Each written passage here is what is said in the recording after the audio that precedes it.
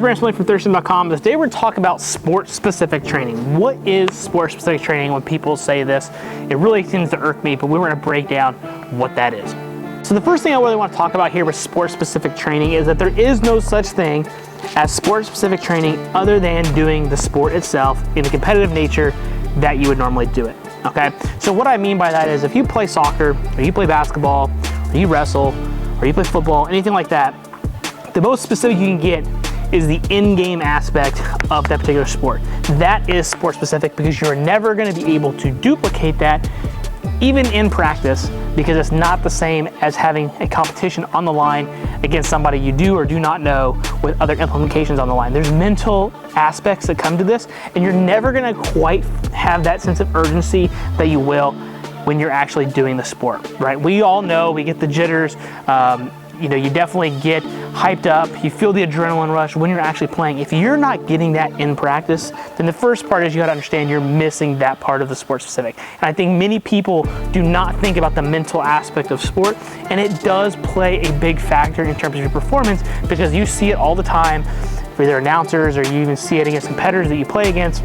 People crumble under pressure. Essentially, that's the mental aspect. That mental load is changing how they're mentally thinking about executing certain tasks. And if they can't execute those certain tasks underneath that mental load, then they're not prepared to be able to do that. Now, you can obviously train from a mental perspective and put yourself in tough situations, which is what you're trying to do in practice, right? But it's still not the same that you're gonna get on game day. So make that under clear. Sport specific at the absolute clear definition is doing the sport underneath the sport conditions that you normally would do it.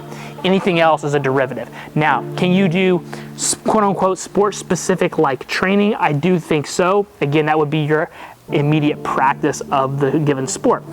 So if we go back to soccer, that would be actually going to practice and playing a game at practice. That's gonna be the next closest thing that you're gonna get to doing it in the sport. You play the full 2 40-minute halves or what have you, and then that's gonna get you closer to that sport-specific goal, because you're gonna get similar touches, similar distance, similar intensities, similar looks, right? You're gonna have similar game plans. That's gonna be very similar to what you do on the field. The next rung down from that is gonna be breaking those down into drills. That's gonna be the next closest specific thing that you're gonna do, or the drills of the sport. So you're gonna take pieces from each part of the task or the sport that you play. We'll continue to use soccer here as an example. And let's just say that you're a goalie. The next specific thing you're gonna do is have your teammates shoot on you, whether that be similar to PKs or overall just people just practicing, and you're practicing blocking at the same time.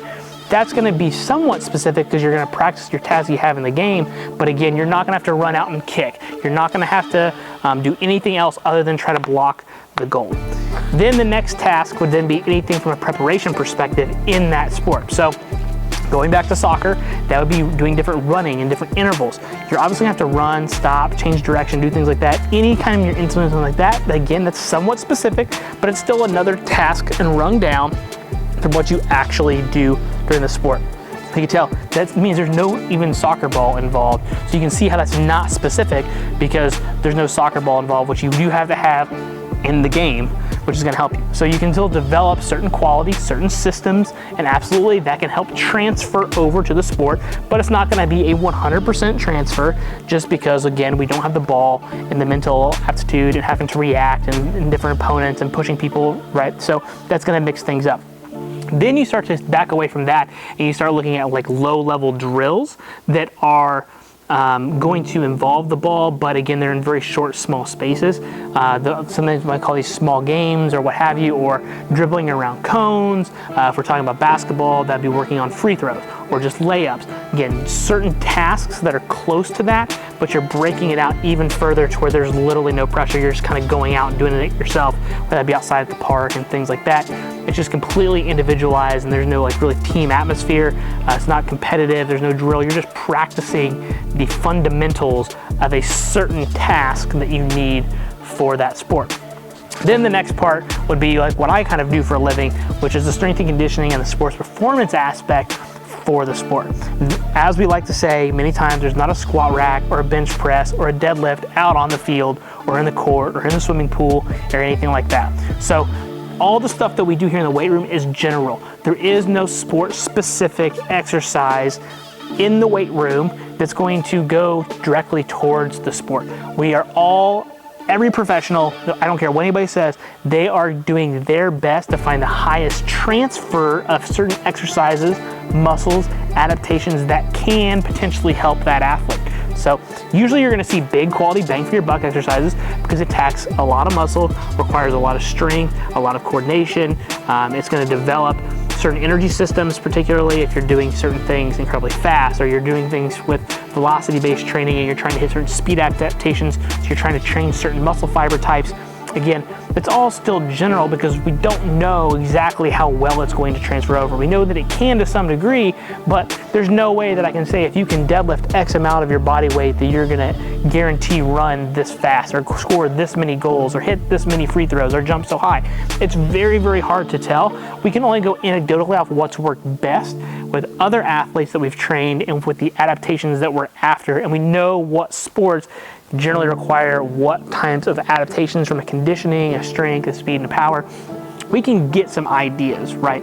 But the big thing I'm here to tell you is that there is no such thing as sport-specific training, especially in the weight room. And it's even as somebody that lives and breathes and does this, and has done it for a long time, I've not been able to find that this exercise works with this athlete or this exercise works with this particular sport. Again, we're only trying to chase adaptations that can set the athlete up for the best amount of success that we can do. And so that's why I think it's important that from a strength and conditioning perspective, we don't only make good educated guesses, we try to hyper specialize on particular movements or adaptations or things that we know that the athlete is lacking. So again, if they're incredibly immobile and they need to be mobile, they need to move well side to side and they can't, well, that kind of gives us a snapshot of what we can do. If we can help this athlete move better side to side, they should be able to go get a ball. They should be able to jump in front of the defender. They should be able to avoid a tackle better if they can move side to side better than when they came to us. Now, that doesn't mean that I'm gonna make them immediately a better player, but I'm giving them the tools to be a better player so long as they go to practice their sport and do well with the skill aspect of it. The physical and tangible parts we can help provide to set them up for success. So if you're here and you're somebody you're trying to ask yourself, or you're here for the golden ticket of sport-specific training, the golden ticket is there is none other than doing the sport. And unfortunately, that's why the hyper-specialization of playing the sport all the time with all the travel ball that we have has become incredibly skewed to thinking that this is the best way to go because you're gonna get all those times. But the truth of the matter is you're not gonna get as many reps as you possibly could if you break them down into pieces and focus on the pieces that work best for you or the pieces that you need to improve upon, build those up, and then still continue to play the sport to some degree. You just don't want to play all the time because there is a risk versus reward. You are going to get hurt or injured or have some kind of overtraining syndrome if you continue to do something at too high of a level and don't allow your body to recover.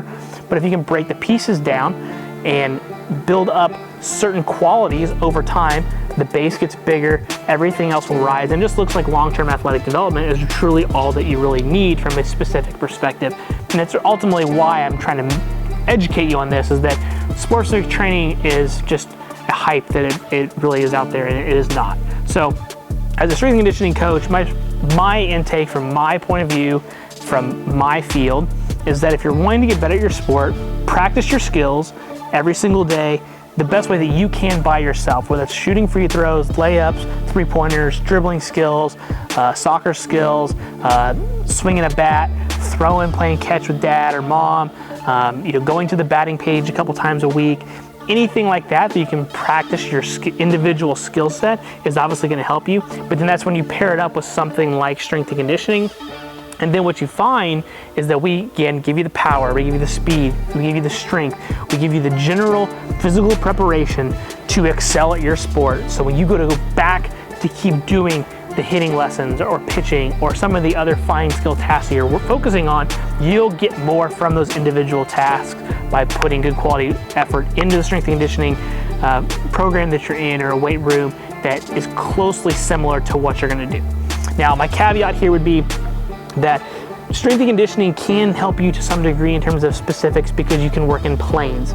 So if you're an athlete that trains rotationally, like throwing a baseball or swinging a bat, playing tennis, things like that. That's a rotational based sport. You have to train rotationally to get better rotationally. If you want to run faster, you have to train things that move you forward in space, broad jumps, other different sprinting variations and techniques to get faster, right? You can't just lift weights only and get better. You will see some quick turnover for sure, but you've got to train the same plane that you're going to compete in for there to be the highest degree of carryover from what you're doing, okay?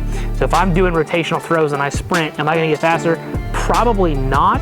There could be some degree of transfer there because your body's going to rotate while you run, but you're not doing anything to develop to run faster. And same thing with baseball. If you're not doing anything rotationally, getting stronger at the squat and the bench press may help you. But if you're doing med ball throws and landmine work that's rotational, you're probably going to find that's going to help your hitting and your throwing power much more on your return on investment. And ultimately, when you come to the weight room, that's what you're going to want. If you're here 2 to 3 days a week, you want your return on investment from the time you walk in the door to the time you walk out, so you can get that high return and it will stick with you long term, whatever sport that you happen to do. So that's my little spiel on sport-specific training. If you enjoyed today's episode, let me know in the comment section below.